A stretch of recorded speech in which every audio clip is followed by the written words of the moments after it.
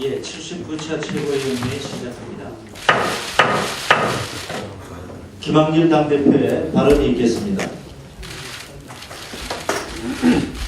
박근혜 대통령이 귀국하신 만큼 지난 대선 관련 의혹 사건들 일체를 특검에 국가기관의 선거 개입을 차단하는 제도 개혁은 국정원 등 개혁특위에 맡기고 여야는 민생 경제를 살리기 위한 법안과 예산 심의에 전념해야 한다는 우리 민주당의 제안에 대해서 대통령의 입장을 밝혀 주시기 바랍니다.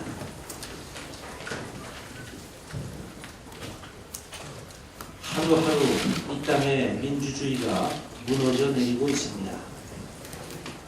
노골적인 권력의 검찰 길들이기가 점입 악영입니다. 편파 수사에 이어서 편파 징계를 강행하겠다고 합니다. 불법 대선 개입 사건을 앞장서서 파헤쳤던 윤석열 검사에 대한 징계는 정의를 징계하는 것이고 진실을 요구하는 국민을 징계하겠다는 것입니다. 직무에 충실한 수많은 검사들의 명예와 긍지를 짓밟는 일입니다.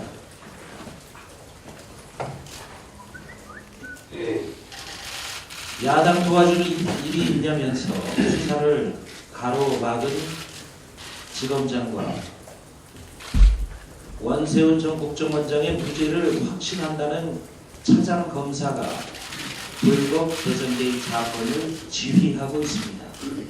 그 위에 외압에 실체로 지목당한 법무장관이 버티고 있습니다. 기소를 실행했던 수사팀장과 검찰총장을 찍어내고 이제는 공소 사실을 스스로 부정하는 검찰 지휘부가 공소 유지를 담당하는 어처구니 없는 일이 벌어지고 있는 것입니다. 참으로 국민을 깡그리 무시하는 일들입니다. 민주공화국 대한민국이 모욕당하고 있습니다. 하루하루 상황이 나아지고 있는 것이 아니라 하루하루 상황이 더 악화되고 있습니다. 제가 드리는 말씀들이 공허하게 여겨져서 길게 말씀드리고 싶지가 않습니다. 오늘은 한마디만 더 드리겠습니다. 민주당은 이 땅의 민주주의가 짓밟히는 것을 어떤 경우에도 절대로 용납하지 않겠습니다. 이상입니다. 네, 이어서 전병헌 원내대표의 발언이 있겠습니다. 오늘부터 인사청문회가 진행됩니다. 감사원장, 보건복지부 장관, 그리고 검찰총장 후보자 인사청문회 공통점은 첫째, 전임자들이 청와대의 부당한 압력에 희생양이었다는 점입니다. 둘째는 후보자들이 모두 김기춘 대통령 비서실장의 인사라는 점입니다. 민주당은 이런 저간의 사약을 감안해서 후보자의 도덕적 자질과 도덕성을 검증하는 인사청문회를 진행해 나갈 것입니다. 특히 민주주의적 소양과 자질에 대한 검증에 역점을 두고 후보자들이 과연 권력의 부당한 외압에 굴복하지 않고 공평무사하게 업무 수행을 할 수 있을 것인지 그 자질과 소신을 엄정하게 검증해 갈 것입니다. 국민의 공복인지 권력의 신여인지를 국민의 눈으로 확인해 낼 것입니다. 또한 이번 인사청문회는 혹독한 정책 검증이 이루어질 것입니다. 대통령의 인사 실패는 정권의 실패를 넘어서는 나라의 실패이고 이것은 국민의 고통으로 이어집니다. 이를 방지하기 위해 정책 역량과 소신을 철저하게 검증할 것입니다. 박근혜 대통령께서 후보 시절 2012년 12월 2일 검찰개혁안을 발표하면서 국회 청문회를 통과하지 못한 사람은 임명하지 않겠다라는 대통령의 약속을 다시 한번 지켜볼 것입니다. 윤석열 수사팀장 그리고 박경철 부팀장에 대한 징계는 검찰을 국정원 분서로 전락시킨 사상 최악의 자기 부정이자 치욕입니다. 검찰 내부에서조차 수사팀에 대한 징계 처리를 요구하는 소리가 높고 검찰 스스로가 양심과 상식을 회복하라고 요구하고 있습니다. 우리는 이 같은 검찰의 편파 수사와 편파 감찰 그리고 편파 징계가 사실상 국정원 대선 개입 사건의 공정 수사는 물론이고 재판 중인 사건의 공소 유지조차 포기시키려는 정권 차원의 공작의 일환으로 판단하고 이를 저지하기 위한 국민 여론을 환기하기 위해서 인사청문회 기간 동안 인사청문회를 제외한 국회의 모든 의사 일정을 잠정 중단키로 하였습니다. 이상입니다. 예, 이어서 신경민 최고위원 발언이 있겠습니다. 오늘 검찰 얘기 좀 집중적으로 해보겠습니다. 대검 감찰위원회는 윤석열 중징계 조영권 면제에 대해서 문제점을 놓고 의견만 제시했습니다. 그러나 대검찰청이 임으로 거기를 강행할 조짐을 보이고 있습니다. 이제 검찰은 구제불능의 수준으로 가는 것 아닌가 생각합니다. 윤석열 검사의 재산 신고에서 부채를 일부 누락한 데 대해서 공직자윤리위원회가 징계 요구를 하겠다고 추잡한 흠집 내기에 나섰습니다. 선거 개입에서 범정부적 공조가 있었듯이 윤석열 직원에게 범정부적 공조가 진행되고 있다는 증거입니다. 또 성폭력 혐의를 받고 있는 김학의 차관은 무혐의로 결론을 낸다고 합니다. 방 뺄 사람은 조영권 지검장이다. 징계를 철회하라고 주장하는 정의로운 검사 한 사람이 더 나섰지만 그리고 이건 너무나 당연한 얘기지만 상식적인 그리고 정의로운 검사 또 한 사람을 다치게 하는 거 아닌가 하는 걱정이 앞섭니다. 검찰의 형평성은 NLL 사건 수사에서 찾아보기 어렵게 보입니다. 관련 쟁점은 세 가지로 2008년 이후 대화록 유출, 그리고 지난 6월의 전문 공개, 마지막으로 실종, 이렇게 세 가지지만 실종 한 가지만 수사가 진행됐다는 점, 그리고 사건 배당 그 자체, 이진환 차장의 상습적 왜곡 브리핑, 급기야는 편파 수사가 지적을 받자 이제야 부랴부랴 김무성 의원 등을 수사하는 흉내를 내고 있는 점 등에서 형평성은 전혀 없습니다. 문 후보와 형평성을 맞추기 위해서 9시간 동안 이들을 불러서 곰탕 먹고 집으로 갈 가능성도 너무해 보입니다. 대화록 실종을 하고 문재인 의원을 참고인으로 부르고 30여 명을 소환했던 논리라면 2008년 당시 1급 기밀을 절차 없이 봤다고 인터뷰한 이명박 전 대통령도 당연히 불러야 할 것입니다.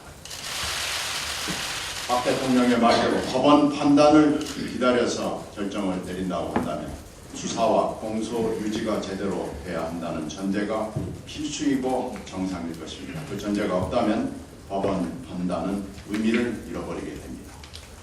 정의, 합리, 법치는 물론이고 우리 사회에서 정상이 사라지고 있습니다. 이상입니다. 이어서 조경태 최고위원 발언이 있겠습니다.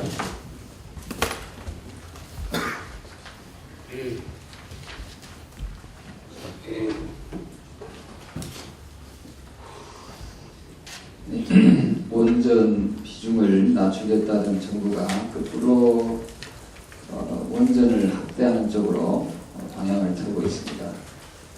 러시아의 그 체르노빌, 미국의 쓰리마이, 그리고 일본의 후쿠시마 원전 사고를 통해 원전은 이미 안전하거나 경제적이지 않으며 지속 가능한 에너지가 아니라는 것이 판명나고 재확인되었습니다. 하지만 정부는 이미 폐기되어야 할 낡은 에너지 정책을 이명박 정부와처럼 고수하려 하고 있습니다. 전 세계의 탈원전 흐름에 역행하고 있습니다. 지난달 2차 국가에너지 기본계획 수립을 위한 민간 워킹 그룹은 원전 비중을 2035년까지 22에서 29% 범위에서 결정하도록 권고한 바 있습니다. 하지만 5년 전 1차 국가에너지 기본계획의 전력 수요를 바탕으로 한다면 원전 비중을 2035년까지 22에서 29% 범위로 줄인다면 원전 9기를 즉각 폐쇄되어야 합니다. 정부는 전력 수요를 5년 전보다 무려 21% 늘려잡아 아무리 원전 비중을 낮추더라도 추가로 원전 건설을 할 수밖에 없도록 했습니다. 국가 에너지 기본 계획은 늘렸다 줄였다는 고무줄이 아닙니다. 전력 수요 예측치에 대한 타당하고 명확한 근거가 있어야 할 것입니다. 정부는 국민과 국가의 미래를 보고 에너지 계획을 수립해야지 전기를 싸게 공급받고자 하는 대기업과 원전 확대에 목매고 있는 원전 마피아의 이익을 위해 국민을 우롱하는 고무줄 에너지 계획을 세워서는 안 될 것입니다. 이상입니다. 예, 양승조 최고위원 발언이 있겠습니다. 예, 검찰은 제발로 양심과 소신을 걷어차고 정권의 하수인임을 자인하였습니다. 대검 감찰본부가 국정원 불법 개성계획 사건의 특별수사팀을 이끌었던 윤석열 전 팀장에게 정직 3개월의 중징계를, 수사 방해와 외압 의혹을 불러일으킨 조영곤 서울중앙지검장은 징계 제의를 오늘 법무부에 청구한다고 합니다. 참으로 어처구니 없는 국민의 분노를 치솟게 하는 감찰 결정입니다. 편파적이고 불공정한 조치의 극치입니다. 국정원이 국기문란 행위를 엄벌하고 헌법을 수호하고자 한 윤석열 전 팀장에게는 내부 보고 절차를 어긴 것만을 문제 삼고 정작 이런 사태를 자초하게 한 수사 방해와 위압의 장본인 조영근 검사장에는 면죄부를 준 것입니다. 더구나 수사 방해와 외압 의혹에 대해 입증이 되지 않았다는 이유를 내세웠다는데 4차례에 걸친 수사 보고에도 야당 도와줄 일이냐 정수사를 하겠다면 내가 사표를 내면 하라 라는 수사에 대한 부정적인 태도와 만류를 드러낸 진술과 증언만큼 확실한 증거가 어디에 있습니까? 검찰 스스로가 청와대의 출장소가 되기를 자청하는 것입니다. 감찰의 본질이 되었어야 할 수사 외압 의혹에 면죄부를 준 것은 도저히 용납할 수 없습니다. 조영근 지검장의 셀프 감찰 요청은 윤석열 완전 찍어내기에 의한 국정원 무지 만들기로 연결될 것이라는 예측과 우려가 정확하게 맞아떨어졌습니다. 검찰의 정치 편향적 태도와 국민 불신은 경찰의 수사권 독립과 입법부, 사법부, 행정부, 청와대 고위공직자에 대한 수사권과 기소권을 갖는 고위공직자 비리수사체의 설치 필요성을 절감하게 합니다. 검찰에 경고합니다. 정권은 유한합니다. 현 정권도 4년여 정도 지나면 임기가 종료됩니다. 정의를 두려워하시기 바랍니다. 역사의 심판을 두려워하시기 바랍니다. 이상입니다. 예, 다음은 우원식 최고위원 발언이 있겠습니다. 김진태 의원 양반이 하겠습니다. 박근혜 대통령의 유럽 순방을 수행하던 김진태 새누리당 의원이 페이스북을 통해 이렇게 썼습니다. 이번에 파리에서 시위한 사람들 그 대가를 톡톡히 치르도록 하겠습니다. 체증 사진 등 관련 증거를 법무부에 시켜 헌재에 제출하겠습니다. 그걸 보고 피가 끓지 않으면 대한민국 국민 아닐 거요? 이렇게 썼습니다. 국회의원, 그것도 국회 법사위 소속 의원이 헌법에 보장되어 있는 집회 결사의 자유를 부정하는 반헌법적 발언의 생각을 가지고 있다는 사실은 참으로 경악스럽습니다. 김 의원의 지역구인 강원 춘천 시민들과 국민들은 혹여나 김 의원에 반대하는 의견을 가졌다가는 보복을 당할지도 모른다고 걱정해야 할 판입니다. 오만함이 이 정도일지는 몰랐습니다. 그가 대한민국의 국민을 버젓이 협박하는 국회의원이라는 사실에 피가 끓지 않는다면 국민이 아닐 겁니다. 세계의 사람들이 대한민국 국회의원 수준을 이런 정도로 평가하지 않을까 걱정입니다. 김진태 의원은 대한민국 국민에게 사과를 해야 합니다.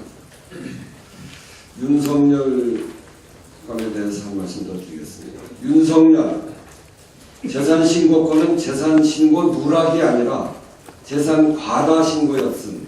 잘못 신고한 부인 재산은 대부분 채무여서 윤 지청장은 재산을 많이 신고했다는 이유로 징계를 받는 셈입니다. 10일 정부 공직자윤리위원회는 5억 1천만 원을 잘못 신고한 윤 지청장에 대해서 징계를 하기로 의결했다고 표명했습니다.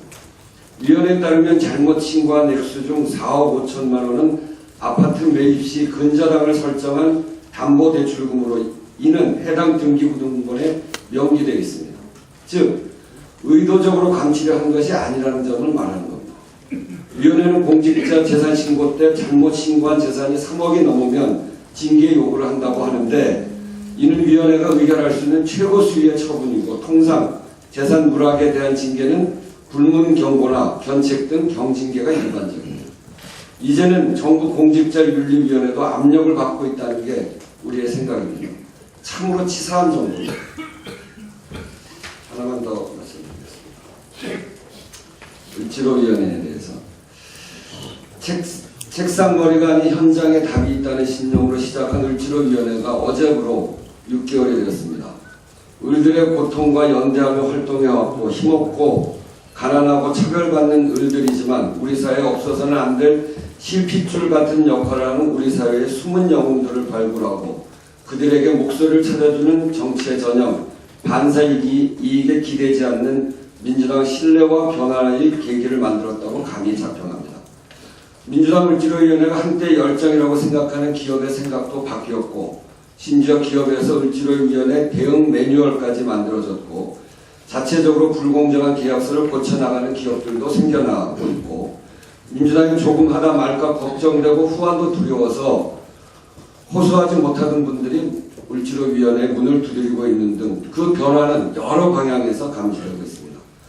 을지로위원회가 의미 있는 성과를 내고 역할이 커짐에 따라 책임 또한 막중함을 느낍니다. 그런데 11월 19일 한 경제지가 일면 톡, 7면 전면 그리고 오늘 아침 사설을 통해서 을지로위원회를 대대적으로 보도하고 비판했습니다. 우선 그런 관심에 감사드립니다. 그러나 그 경제지는 기업 위에 또 다른 각 민주당 을지로위원회, 을을 지킨다면서 슈퍼각 노릇하는 을지로위원회, 입법기관이 행정영역 파고드는 건 문제, 법적 다툼 끝난 것도 재협상하라, 을지로위원회 기업정치 이렇게 비판하고 나섰습니다. 해당 언론의 보도 내용에 대해서 세세한 비판은 별도의 몫으로 남기고 다만 두 가지 지적하겠습니다. 첫째, 사실관계에 기반한 합리적인 언론의 역할입니다. 합리적인 비판이 언론의 역할입니다. 그러나 사실관계를 왜곡하거나 현실을 도외시한 기계적 균형을 맞추는 데 빠져 있다면 그것은 온전한 진실이 아니며 정의롭지 못한 태도입니다. 지금 시장의 균형추는 급격하게 무너져 있습니다. 시장에서 슈퍼밥과 골목 상권 간의 무너진 균형추에 대해 고려하지 않는다면 본사와 대리점 간의 현대판 노예 계약이 가능할 수밖에 없는 엄중한 가불관계 현실을 들여다보아야 합니다. 정치라는 것은 힘없고 가난하고 차별받는 일들을 대변하는 일입니다. 그것은 최소한의 균형추를 잡아주는 것이었고 이를 통해 문제를 해결하는 점이 간과되어서는 안 됩니다. 둘째, 과연 우리 언론이 말로는 민생을 이야기하면서 정작 국정감사에서 기업인들을 증인 채택하면 경제 활성화에 발목을 잡는 큰 문제가 되는 것처럼 과장하는 사이에 우리 사회 을들이 어떻게 눈물을 흘렸는지, 슈퍼갑들이 어떤 횡포를 벌였는지, 외면해 오지 않았는지 되돌아보기 바랍니다. 제가 국정감사에서 기업 증인을 채택하는 것에 대해 이런 얘기한 적이 있습니다. 우리는 지금 새누리당과 보수 언론의 표현을 빌면 기업을 윽박지를 넣어서라도 을들의 눈물을 닦아주고 싶다, 이렇게 말했습니다. 그동안 과연 수많은 을들이 눈물을 흘릴 때 언론이 제 몸을 다 했느냐 하는 질문을 스스로에게 해봐주기 바랍니다. 이상입니다. 예, 이어서 박혜자 최고위원 발언 있겠습니다.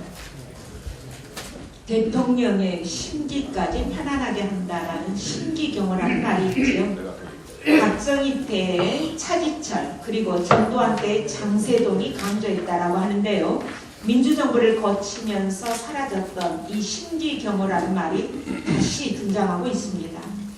박근혜 대통령에 대한 심기경호의 특징은 국가기관의 조직적인 대선 개입에 대해서 돌직구를 날린 사람들을 희생양으로 삼아서 공개적으로 모욕을 주고 있다는 것입니다.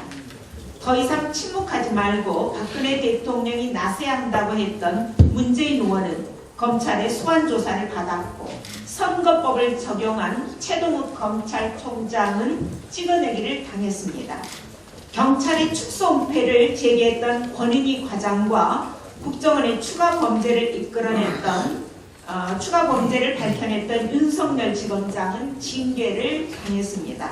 심지어 파리와 런던에서 시위한 현지 교민과 유학생들은 대통령을 수행했던 새누리당 김진태 의원에게 대가를 치르게 하겠다라는 겁박까지 받고 있습니다.